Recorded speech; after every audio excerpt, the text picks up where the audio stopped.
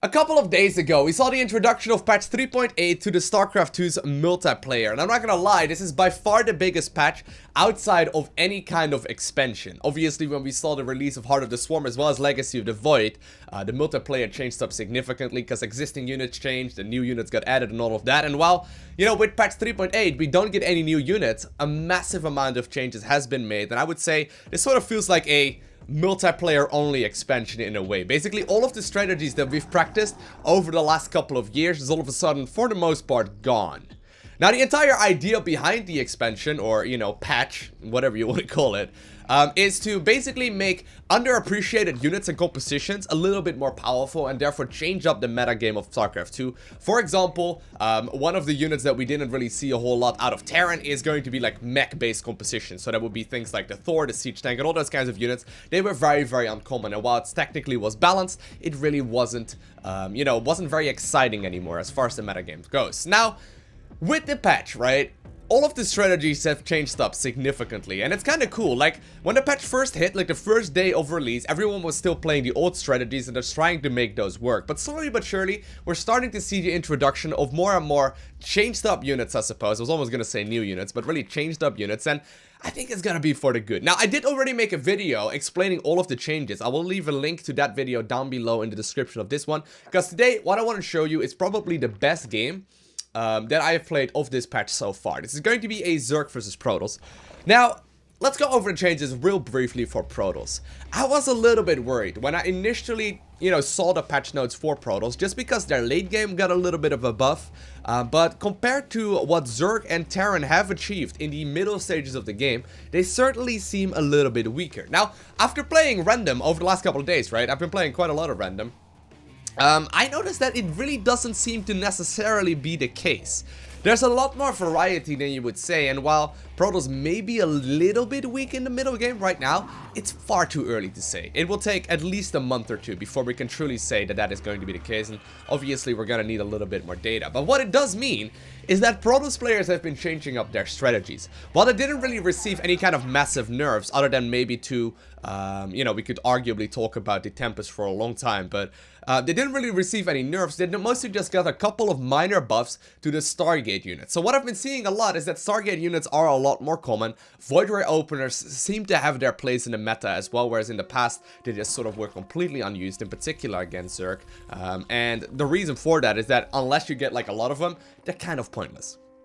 Anyhow, in this particular match, my opponent is going to play a lot more aggressive than we normally see Protoss players play, and that is only possible because of the new patch. Normally what happens after the game has been out for a little while, we sort of get like a gentleman's agreement, right, where we both know how to counter each other's potential strategies, and therefore we decide to not go for set strategies anymore. So at some point we saw Zerg players starting to transition to watch hatchery first and all that kind of stuff, just because they knew Protoss wasn't really going to pressure them. Now this particular match, I saw the probe come into my natural from a little bit of a weird angle, so I was scouting around very heavily and I was trying to figure out what he was going for. So I did go for the spawning pool first here as well, but really what it comes down to is just a relatively standard aggressive kind of play from my Protoss opponent, at the very least, you know, what I consider to be relatively standard right now. One of the units that did get changed up, besides the Stargate, is going to be the Zealot. The Zealot has a little bit more movement speed after researching charge by default. I didn't think this was a very big deal, but it seems like they are significantly more powerful, and most of the Protoss players are going for like Stargate Zealot based openers into a third base, something along those lines. So what I've been playing as Zerg mostly is Zerglings and Banelings in the earlier stages of the game.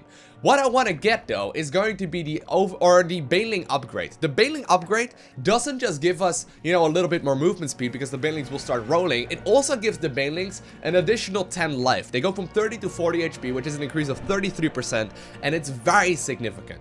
When they initially announced the patch, and here I do scout indeed that it's going to be a couple of gateways as well as a dark shrine, by the way, but when I first heard about the patch, they gave that Baneling buff by default. They have since taken that and added it to the Baneling speed upgrade, which is why I'm going for such a fast lair here, just to try and get that upgrade out as soon as possible. Besides that, the one thing that we also saw introduced for Zerg that is major and absolutely huge is going to be the upgrades and the buffs to the Hydralisk. Hydralisk now got an additional range. They also got some additional movement speed on creep, which is very significant and will come into play very, very, very often. Now, as you can see, right, I saw that my opponent was going for those 3 gateways behind the main mineral line. This is almost always going to be an Archon drop, which is a very, you know, standard strategy in the previous, you know, set of games, I suppose. Normally, what Protoss players will go for is like a double Archon drop after maybe a little bit of Dark Templar harassment, but they go for like a double Archon drop, and then they transition towards a 3rd base. Normally, then the follow-up for Protoss is going to be something like Archon Immortal with a lot of Zealots. And that strategy is right now also pretty powerful and pretty popular because of the buffs that were indeed made to the Zealot rather. Now here's my opponent's aggression coming in, and I was really impressed while playing this game with my opponent's micro. He was microing these Archons beautifully. Basically the goal here for the Protoss player is to try and stop the Zerg really from getting a whole lot of stuff. Now, what I do notice right now on the minimap as well is that my opponent is starting to try to take that 3rd base. So I have split up my Zerglings, remade more for defenses at home, and I'm going to try and do as much damage here as possible to deny this base from going up. Sniping the pylons, sniping the probes, sniping the adepts as well, but at the same time, my opponent is going to keep on harassing me in the main base. I do want to try my very best to snipe these units if I can, but as long as he micros it well, it's going to be very, very tricky for him to make that work. Now, he does have the Archons in my main base, but on top of that, also the Dark Templar. I know that I've got a Overseer out on the map already, and that I finished up my Baneling speed, so I'm going to be able to deal with the DTs just fine if I get those units out, but I do need to be able to spot them. Now, so far, my opponent has not lost any of his Archons, or really any of his units in this game, other than a couple of Adepts as well as the Probe, I suppose, but he's been playing it extremely well. Look what he's done as well. He decided to once again start dropping here in the main base, trying to aid those Dark Templar to the best of his abilities. Now he did, it does look like he actually ended up losing one of the Archons, which is fine. But in this particular instance, I'm finally able to start droning up again. And this is where I also start adding on. Did I add on a second? Oh yeah, I did add on a second Banelings. That's just because I nearly lost the first one here. Was target firing it down for a little bit. But him attacking that Baneling nest is a huge indication that he's probably planning on going for some sort of 2-base all-in based around Zealots. If he wants to stop that, the counter to Zealot play is going to be, you know, the good old Baneling. It's something that we didn't really see for a whole lot of time in Zerg vs Protoss, but nowadays it's starting to be a little bit more common once again. So here's what my army is looking like right now. I'm trying to make some more, here we go, by the way. He's got the, this is the reason why I thought I actually didn't lose any of his Archons. I thought he actually, he didn't lose any, but he just simply morphed in a new one after losing the first.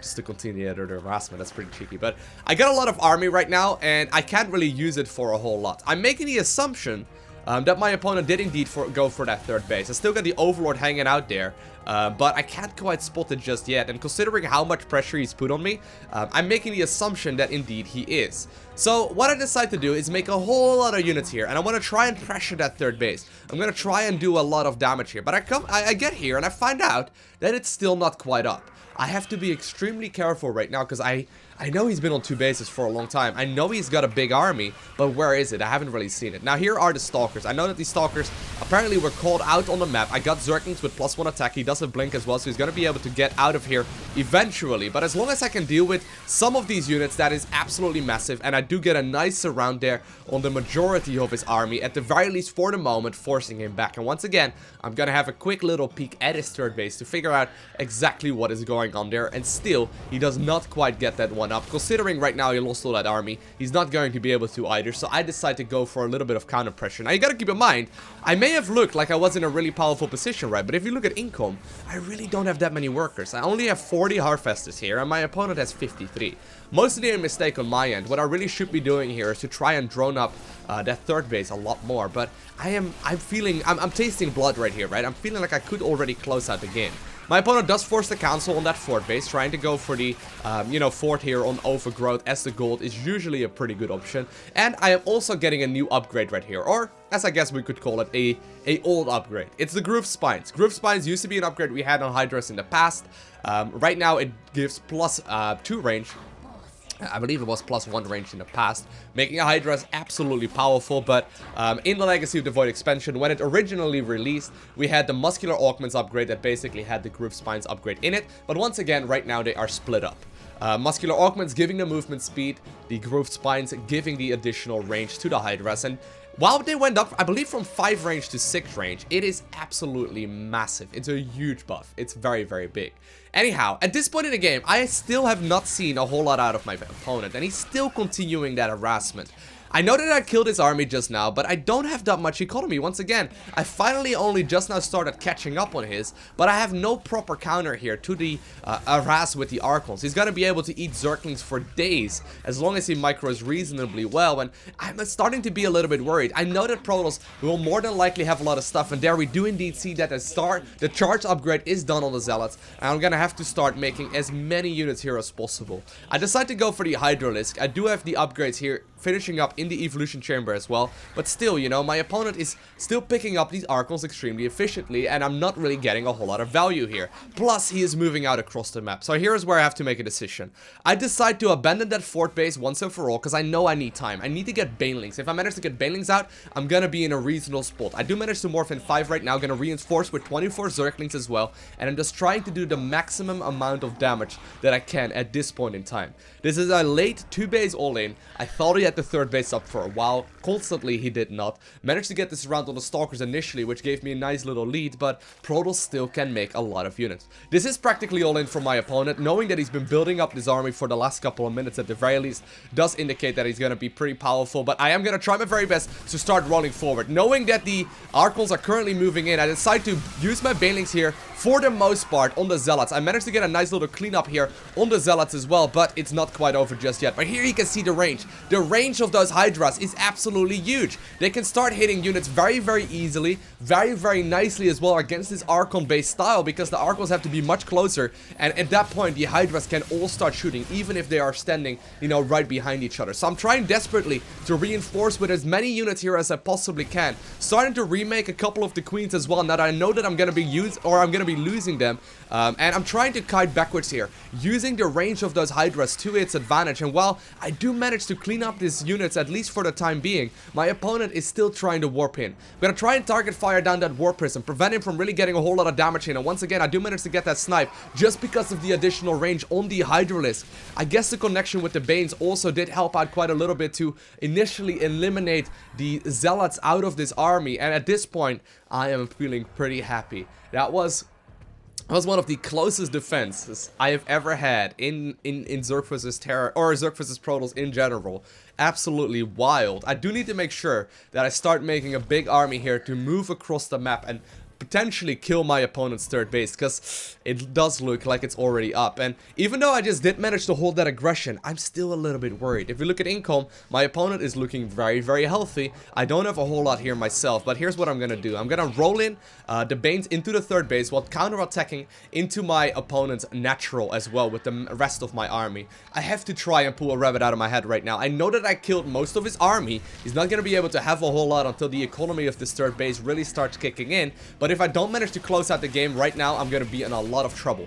My opponent's still focusing here on trying to get a big army out, and here's my push. I'm trying to push into the natural here at the same time, just trying to force him to micro. He does manage to do so, but at the same time, rolling in the Banes into my opponent's 3rd base. +2 attack has finished on those Banes, so they're going to be able to one-shot all of these units, and at this point the income tab is starting to look a whole lot more healthy for me. Definitely a very solid connection. I'm gonna try and close out the game right now by reinforcing with as many units as possible. Don't want to eat any of the photon overcharges if I can at all avoid that, and obviously with a snipe on that mothership core it does become significantly easier. But look at this game. This is so much different than what it was at just a couple of days ago, and I would say that slowly but surely the matches are starting to look more and more exciting, and I can't wait to see what the future holds for Protoss. Yeah, sure, maybe Protoss may still look a little bit weak in the middle stages of the game, but there is so much room for improvement right now for everyone that I hope we won't see any like major patches, at least for like, I don't know, say like a month or two. Just, you know, let people figure out the strategies, and eventually I think we're gonna get some insane games. Because already, like, games like this, I love playing these. They're so scrappy, they're so close, they're so very difficult to play as well, at the very least on like a technical level, right? You never really know, do I need to make army, do I need to make drones? Like, what is the goal? Anyhow, I'm gonna be playing this game a heck of a lot more. I hope you will enjoy watching it as well. Gonna be playing all 3 races, so expect videos for Terran and Protoss to go up on the channel very soon as well. And other than that, I want to thank you all very much so for watching. Have an amazing day. Do not forget to smile, alright? And I'll see you in the next one.